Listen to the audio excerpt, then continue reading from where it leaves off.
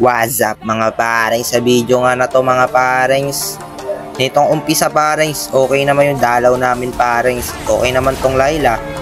Putik mamaya yan parings, biglang sasapian niya ng kakanseran parings. Di ko alam kung anong nangyayari sa mundo. Abay ginagago tayo. Dito nga mga parings, okay naman sa early.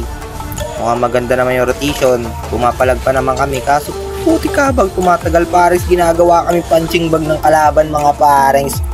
So guys, panoorin nyo ha, tingnan nyo kung gaano to mga nganser tong Layla na to parings. Nakakaurat tong ganitong player eh. Kala ko nga dito parings, magre-rest ko agad yung mga kampi, gagi, nandun pala sa kanya-kanyang lane parings, walang paki sa turtle. So my bad. Dito parings, naalagaan ko dito yung Layla, di ko pinapagap sa gold yan parings, piniprease lane ko yan. Tingnan nyo gagi yung flash talaga dito parings, nalulugi kami. Grabe yung high loss dito makapag-zone paring. Ang lakas nga, pinapasok to rin mga kalaban eh. Ginagamit talaga yung utak tsaka yung hero niya. Unat pala ng hero niya paring. Grabe ko tato. Tingnan nyo naman oh.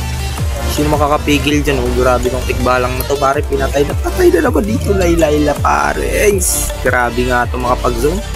O dito, tutulungan ko lang sana dito paris yung core. Grabe nga ito kalaban paris, di kami pinapaporma. Ginagawa na kami punching bag 6-11, tapos 1-4-1 na score ko paris. Buti dito yung isa nagpupush nga lang, kaso yung nahabol ng asong may rabies. Tingnan nyo dito yung gagawin ng Layla mga paris. Nasa mid oh. Grabe anong ginagawa mo sa mid paris, di ka ba na grade 2? Grabe nga dito paris, sabi ko nga sa yung lala. Tapos tumawa lang paris, so sabi niya hihi daw, hihi. Ano ka, santong kabayo natatawa ko, hihi. Grabe ka parings ha. Oh, surrender na lang tayo parings. Kakawalang gana dito maglaro parings eh, no? Pero mamaya tingnan nyo kung mangyayari parings. Isang himala ang mangyayari. 8-17 na yung score oh. Grabe.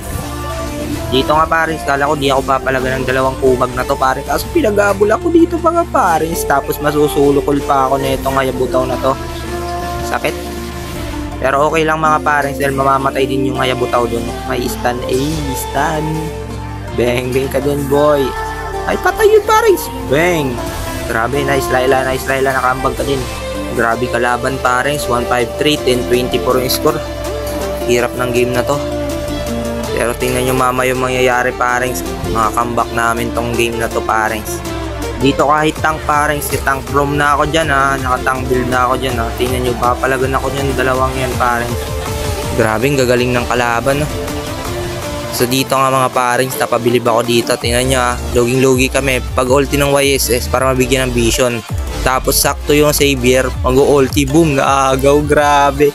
Dito nga kami nagkaroon ng chance para makabawi. Kaya nga guys, nakabawi na kami sa gold. Tingnan nyo dito yung naninigas na high loss. Tapos ngayon malalambot na ako kay YSS.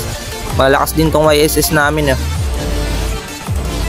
Sila na nagdidip ngayon mga parings no. Hala. Ano boy, kayo na magdidip. Grabe yung high loss, nababackstab. Pinatay nyo yung Savior dito. Kanya-kanya na laro sila oh. Grabe, nahabol nyo yung Layla oh. Dead boy. Eto pares, pangalawang lord na to. Dito matatapos na yung game. So ayun, think positive nga lang pag ganito crucial game parings. Huwag kayo panghinaan ng loob pag lamang yung kalaban kasi magkakamali din yan. Let's go. By the way, follow mo kung nakaabot ka sa video na to. Dave Gaming nga pala.